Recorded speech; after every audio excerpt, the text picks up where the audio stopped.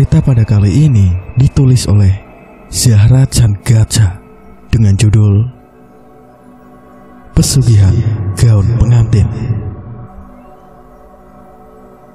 Dan langsung saja kita mulai ceritanya.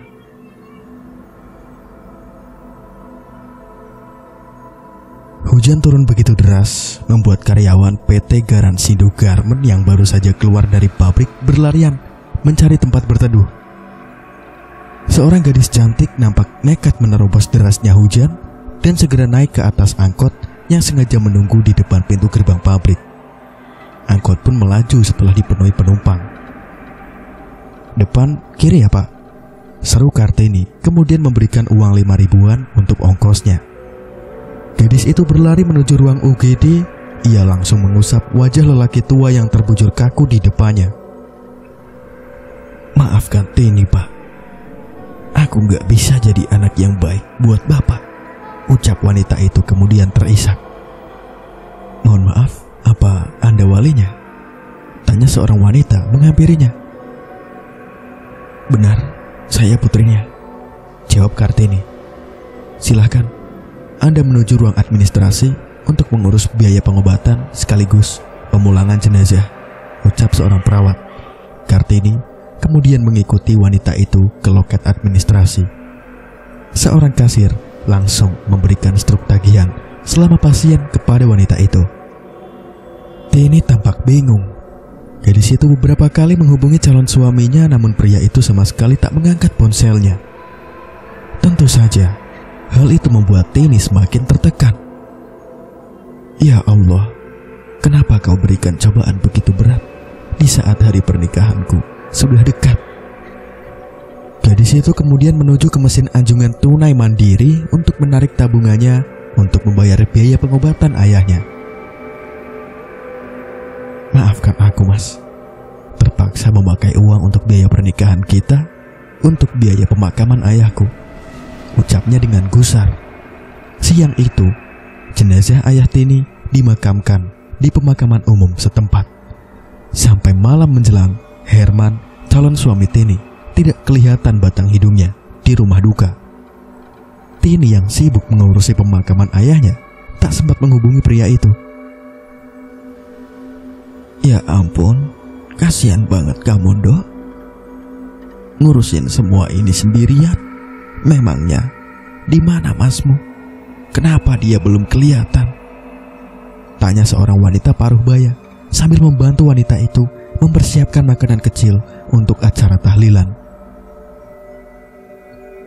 "Mungkin Mas Herman sibuk Bude, soalnya minggu depan kan dia sudah harus cuti, jadi dia harus menyelesaikan semua pekerjaannya sebelum cuti," jawab Tini. "Emangnya kamu tetap mau melakukan resepsi pernikahan di tanggal itu? Apa kamu gak mau merubahnya karena kamu masih berduka?" "Sebenarnya pingin saya undur, tapi nanti kena cash. Sayang kan, apalagi budget pernikahan kami pas-pasan. Jadi ya terpaksa lanjut sesuai rencana. Aku harap ayah ngertiin aku," jawab gadis itu dengan parau. "Benar juga sih. Jadi kamu tuh kayak makan buah si malakama. Semoga saja semuanya berjalan lancar dan tidak ada para netizen yang berkomentar nyinyir." "Amin Bude," jawab Tini. "Ngomong-ngomong, emangnya kenapa kamu tiba-tiba ingin mengganti catering makanannya?" tanya Bude Arsi. "Kata siapa Bude?" jawab Tini dengan terkejut. "Pemilik catering itu kan teman Bude. Nah dia bilang kemarin si Herman menemuinya dan meminta uang pembayaran catering karena ia ingin mengganti cateringannya," jawab Arsi. "Kok Mas Herman gak ngasih tahu aku ya Bude?" Karena penasaran, Tini kemudian menghubungi Herman, namun lagi-lagi pria itu tak mengangkat ponselnya, membuat Tini tampak kesal. "Kenapa sih? Dari tadi pagi teleponnya gak aktif." "Coba saja datangi rumahnya. Kali aja dia sudah pulang, jawab Budi. Nanti deh, kalau acara tahlilnya udah selesai. Tini kemudian membawa makanan kecil itu ke depan. Tiba-tiba Bude Arsih memanggilnya. Tini buru keluar menemuinya. Ada apa, Bude?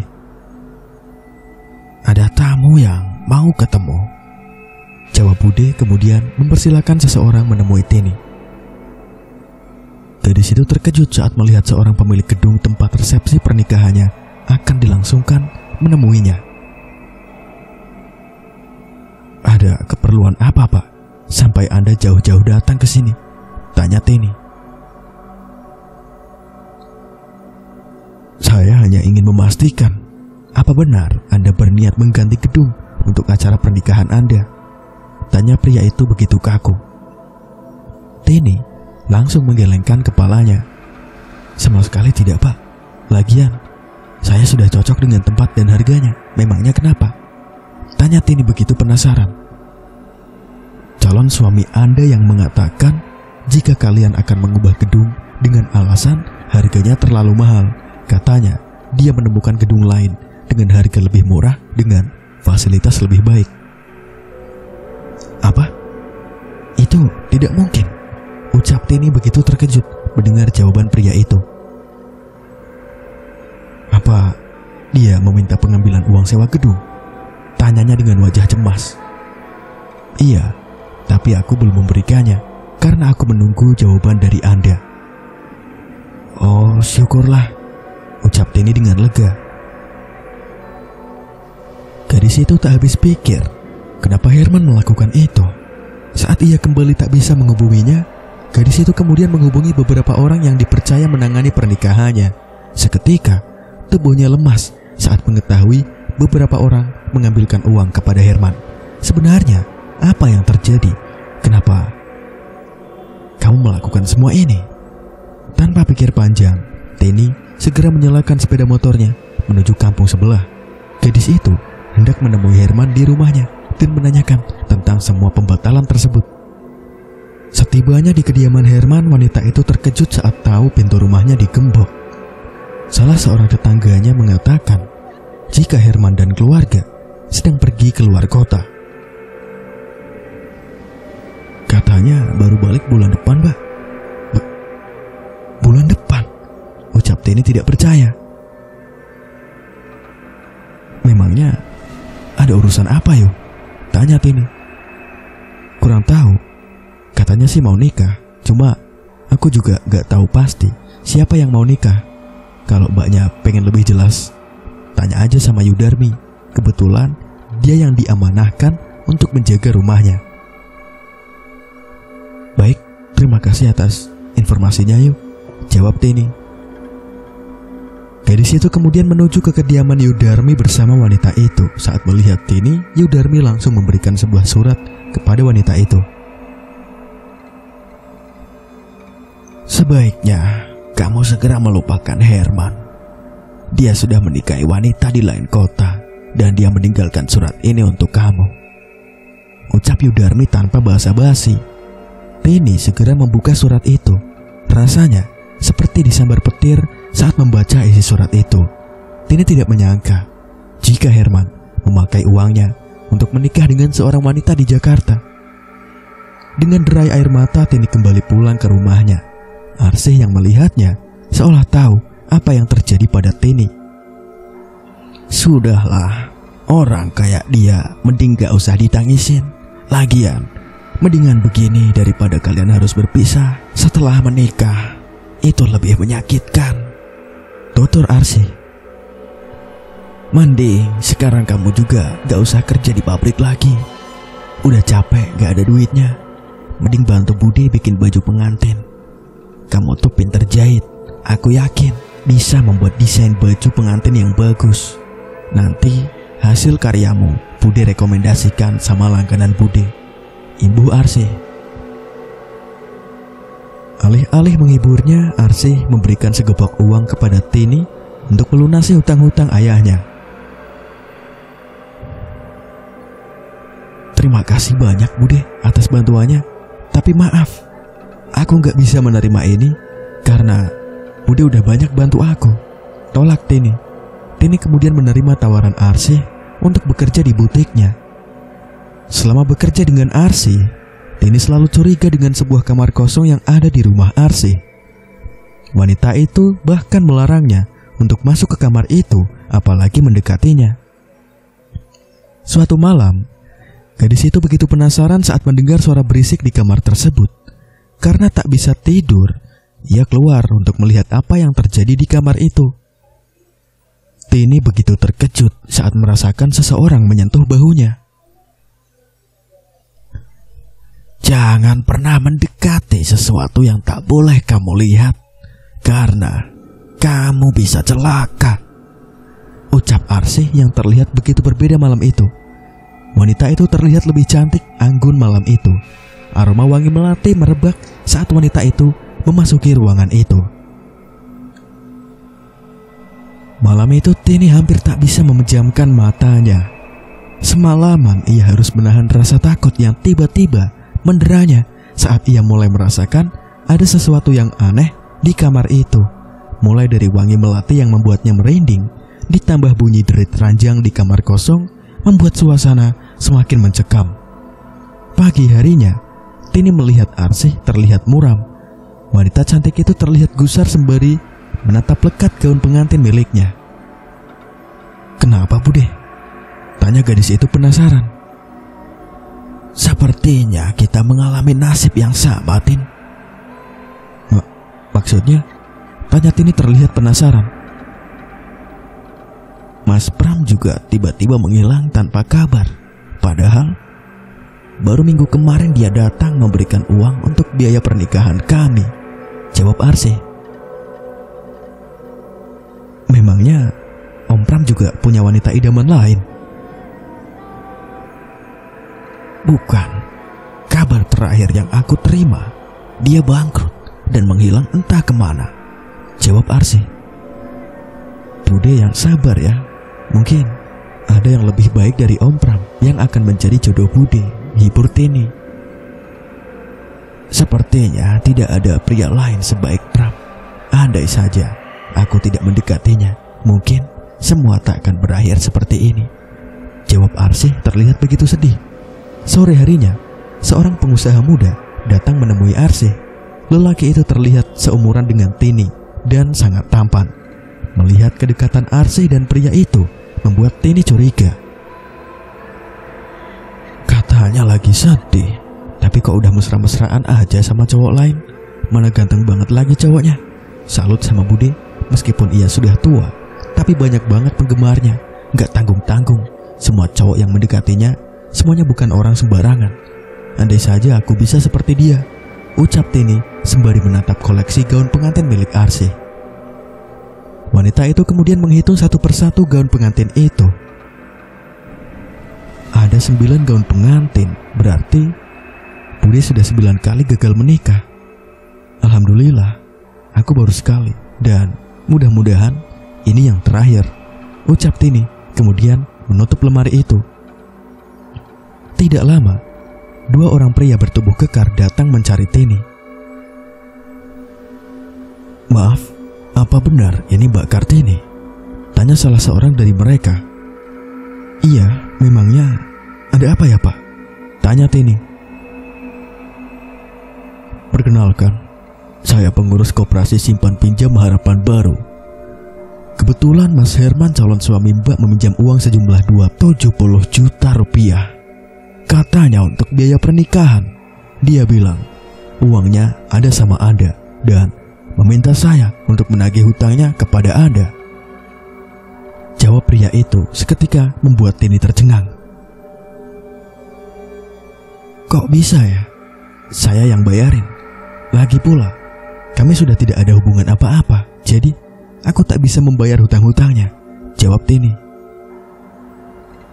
Pria itu kemudian menyerahkan sebuah salinan kwitansi kepada Tini. Seketika Tini merasa sesak saat menerima kwitansi itu darinya. Ya Allah, tega banget kamu Mas. Padahal uang sewa gedung ini adalah uang tabungan bersama. Tapi kamu menganggap itu uangmu dan menyuruhku membayar hutang-hutangmu, ucapnya dengan gusar. Tini menatap wanita itu dengan wajah gusar. Ia benar-benar tak menyangka jika harus membayar hutang Herman.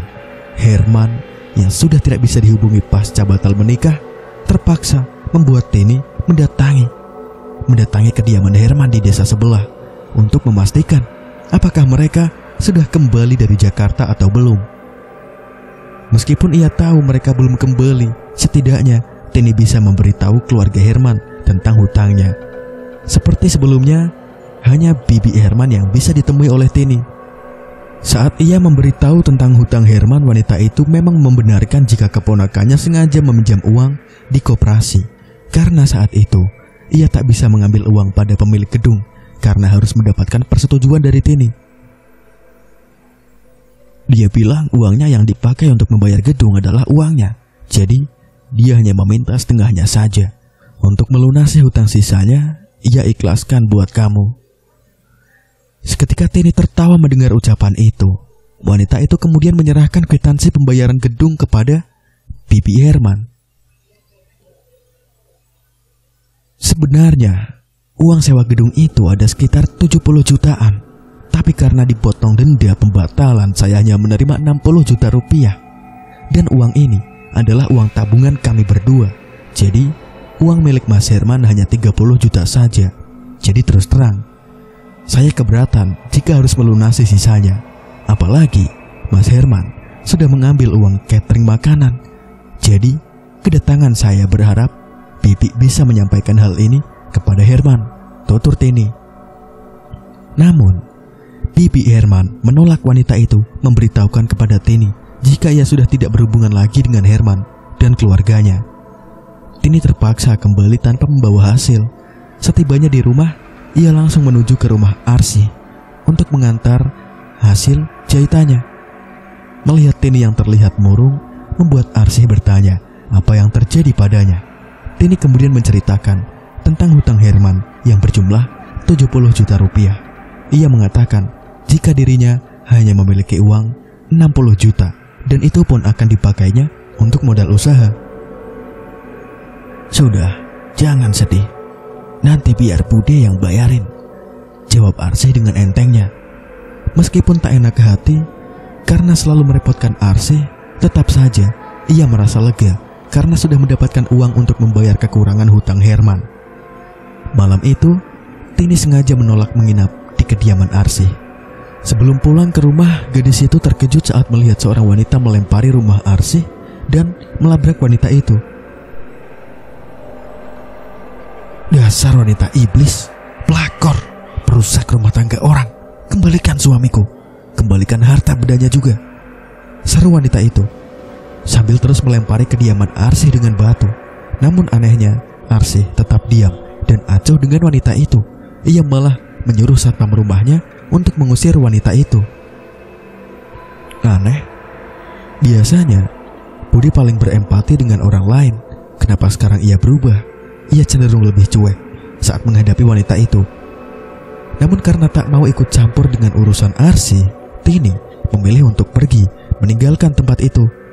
Tepat pukul 11 malam, Tini mendengar suara berisik warga memberitahukan kebakaran rumah. Namun karena kelelahan, Tini yang enggan bangun dari ranjangnya memilih melanjutkan tidur tanpa mencari tahu rumah siapa yang dilalap api. Pagi harinya, saat mendatangi kediaman Arsy, gadis itu benar-benar tercengang saat melihat istana megah Arsy sudah habis terbakar. Hanya kepulan asap dan sisa-sisa bangunan yang bisa ia lihat. Ia kemudian mendatangi rumah kerabat Arsy dan seketika gadis itu menangis histeris saat melihat jenazah Arsy yang tewas terbakar. Kini ia kebingungan mencari uang untuk membayar sisa hutang Herman. Saat gadis itu kebingungan, seorang pria datang menemuinya untuk mencari Arsy. Maaf, Anda siapa? Dan ada perlu apa dengan Bude Arsy?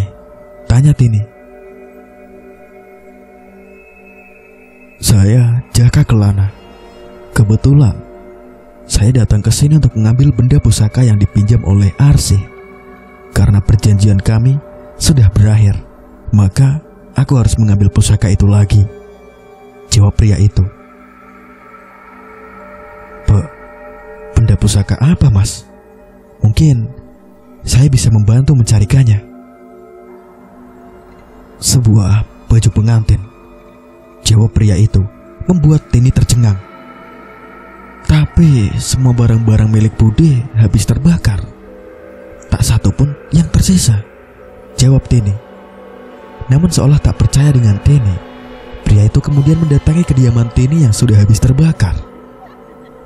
Betapa terkejutnya Tini saat pria itu menemukan sebuah gaun pengantin yang sama sekali tidak tersentuh api di antara tumpukan barang-barang yang sudah terbakar. Bagaimana mungkin baju itu masih bersih tanpa tersentuh api? Setelah menemukan baju itu, pria itu pamit undur diri. Namun, Tini menahan pria itu karena penasaran. Kalau boleh tahu, benda pusaka apa baju pengantin itu sampai tak bisa disentuh oleh api? Ini adalah pusaka pesugihan, jawab pria itu. Pesugihan? Tini tampak tak percaya mendengar jawaban pria itu. Bukankah pesugihan itu identik dengan tumbal? Tapi Bude Arsih itu hidup seorang diri. Jadi dari mana ia mendapatkan tumbal untuk pesugihannya? Tutur Tini berusaha memberikan alibinya. Tidak semua tumbal pesugihan dari keluarga sendiri. Ada juga pesugihan yang boleh memberikan tumbal orang lain. Kembali Tini terenyak mendengar jawaban pria itu, antara percaya dan tidak. Wanita itu kemudian mengajak pria itu untuk berbincang lebih intens di kediamannya. Terus terang saja aku penasaran, apalagi pesugihan ini tidak mengharuskan tumbal dari keluarga, tapi orang lain. Lalu bagaimana caranya? Pria itu kemudian menjelaskan tentang pesugihan gaun pengantin, di mana orang-orang yang menjalaninya tidak akan pernah menikah seumur hidupnya. Karena setiap kali ia bertemu dengan pria yang ia sayangi, maka Sang Ratu Kidul akan mengambil nyawanya sebagai tumbal. Sebaliknya, saat kekasihnya mati, ia akan mendapatkan harta kekayaan sesuai mahar yang ia berikan saat perjanjian. Bagaimana kita bisa tahu jika pria itu menyukai kita dan akan menjadi tumbal? Telisik Tini makin penasaran. Lelaki itu tersenyum sinis kemudian menyeruput kopinya. Setelah menjalani ritual pesugihan, gaun pengantin setiap wanita akan terlihat sangat cantik dan memiliki aura yang memikat khususnya di mata para pria. Tidak sulit mendapatkan pria manapun yang ingin kau jadikan tumbal. Semuanya akan bertekuk lutut di kakimu setelah berjabat tangan denganmu, jawab pria itu. Lalu, apa saja yang dibutuhkan untuk melakukan ritual itu? Tanya Tini lagi, membuat pria itu mulai mengerti arah pembicaraan gadis itu. Apa kau tertarik untuk melakukan ritual pesugihan gaun pengantin? Tanyanya dengan sinis. Gak tahu juga sih, tapi terus terang aku sangat penasaran, jawab Tini tanpa basa-basi. Jangan pernah menganggap pesugihan adalah sesuatu yang mudah untuk mendapatkan kekayaan. Karena semua jenis pesugihan resikonya besar. Mungkin kau melihat kehidupan Arsih yang nyaris sempurna, tapi cobalah lihat ke belakang. Berapa kali ia harus meratap dan menangis darah karena kehilangan pria yang ia sayangi. Dan asal kau tahu, kematiannya pun tidak lepas dari karma yang harus ia terima karena ia mencoba menolak seorang pria yang sedari awal sudah ia targetkan menjadi tumbal. Dia harus menebus nyawa kekasihnya dengan nyawanya. Jadi, kalau menurut saya, jangan melakukan pesugihan jika kau ingin hidup bahagia, jawab Jaka. Kau tahu banyak tentang pesugihan ini. Apa kau seorang dukun? Tanya Tini. Aku bukan seorang dukun. Aku hanya seorang perantara yang menjembatani pertemuan antara Nyi Ratu Kidul dengan para pelaku pesugihan, jawab pria itu berterus terang. Jadi, kau juru kuncinya? Lalu, apa guna baju pengantin itu?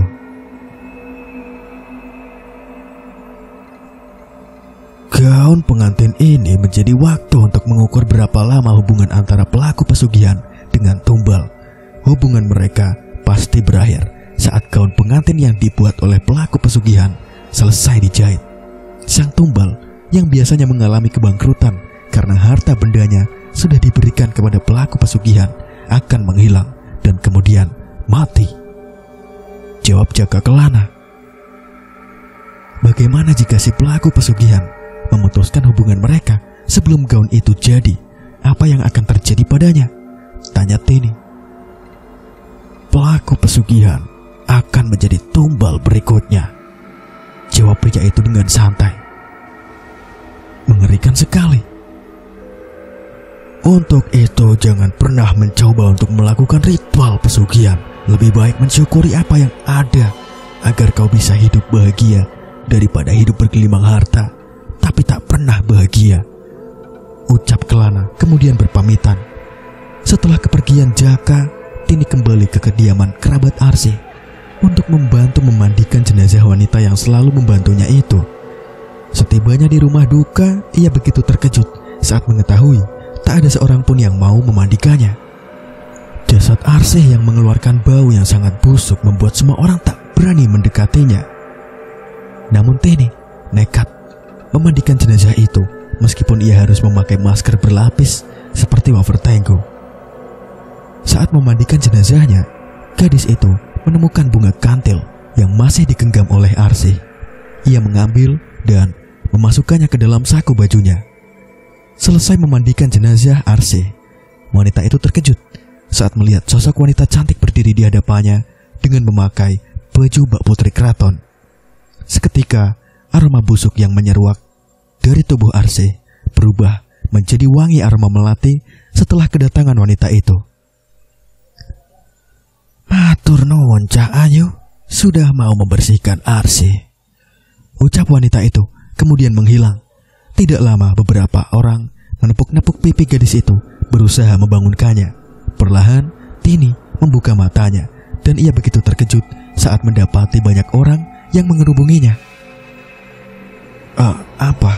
Apa yang terjadi denganku? Tanyanya dengan wajah kebingungan.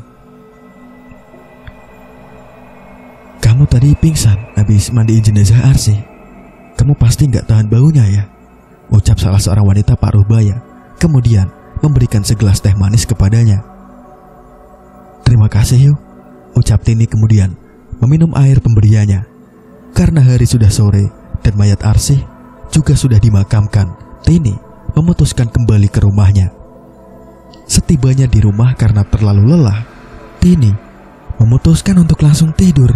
Tak ada yang aneh malam itu, hanya saja saat tengah malam ia mulai terusik saat mendengar bunyi pintu rumahnya digedor-gedor oleh seseorang. Saat ia keluar, ternyata seorang penagih hutang yang datang.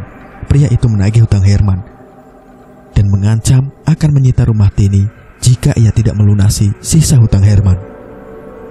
Tini yang merasa stres dan tidak punya apa-apa lagi untuk dijual, terpaksa menemui Jaka Kelana di desa sebelah. Sebenarnya, ia juga tak ingin melakukan ritual pesugihan, namun ia tak punya pilihan lain selain melakukannya. Apalagi wanita itu tak mau menjual rumahnya untuk melunasi hutang Herman. Apa saya bisa berhenti menjalani ritual ini setelah tujuan saya tercapai? Tanya Tini. Tentu saja akan ada harga yang harus dibayar jika kau memutuskan berhenti menjalani ritual ini. Apa kau tidak bisa membantuku suatu hari nanti jika aku ingin berhenti? Tanya gadis itu lagi. Sudah kubilang, aku bukan dukun yang bisa membantumu memutuskan hubungan dengan pesugihan. Aku hanya seorang perantara yang mempertemukanmu dengan Kanjeng Ratu Kidul. Itu saja. Masalah yang lainnya itu urusanmu dengan beliau, dan saya tidak berhak ikut campur. Kalau kau masih ragu, sebaiknya urungkan saja niatmu sebelum kau melakukan ritual yang aku sebutkan nanti, jawab Jaka. Karena tak punya pilihan lain, Tini akhirnya menyetujui syarat-syarat yang diberikan oleh Jaka. Gadis itu menganggap jika ia tidak menikah seumur hidupnya, itu adalah hal yang tidak begitu berat. Ia yakin bisa menjalaninya. Ki Jaka Kelana kemudian meminta Tini untuk menyiapkan gentong atau tempat air, ayam cemani, bunga setaman, dupa, dan sempur warna merah. Ia menyuruh Tini untuk mempersiapkan sebuah kamar kosong untuk melakukan ritual pesugihan dengan Kanjeng Ratu Kidul. Setelah persyaratan dipenuhi, Jaka Kelana membawa Tini ke sungai terpanjang di desa itu. Ia menyuruh gadis itu untuk menunggu kedatangan sang ratu di tempuran air. Malam itu cuaca sangat cerah, membuat Tini tak kesulitan untuk menjalani ritual pemanggilan sang Ratu Kidul bersama Jaka Kelana. Meski suasana mistis begitu kental, namun gadis itu berusaha menyembunyikan ketakutannya. Ia melihat Jaka mulai membakar dupa dan membaca mantra. Lelaki itu menggerakkan tangannya dan sesekali memukul-mukul tanah seperti memanggil seseorang. Tidak lama air yang tenang berubah menjadi pusaran yang deras. Angin berembus kencang seolah menyambut kedatangan seseorang. Suara gamelan dan gemerincing suara delman mulai terdengar. Saat sesosok wanita cantik muncul dari dasar sungai, Jaka Kelana kemudian meninggalkan Tini bersama wanita itu. Dan cerita pun bersambung. Terima kasih untuk kalian yang sudah mendengarkan. Akhir kata, mohon maaf jika ada salah dalam pelafalan kata atau ejaan dan yang lainnya. Mimin pribadi sudah menyampaikan dan berusaha untuk menyampaikan sebaik-baik mungkin. Wassalamualaikum warahmatullahi wabarakatuh.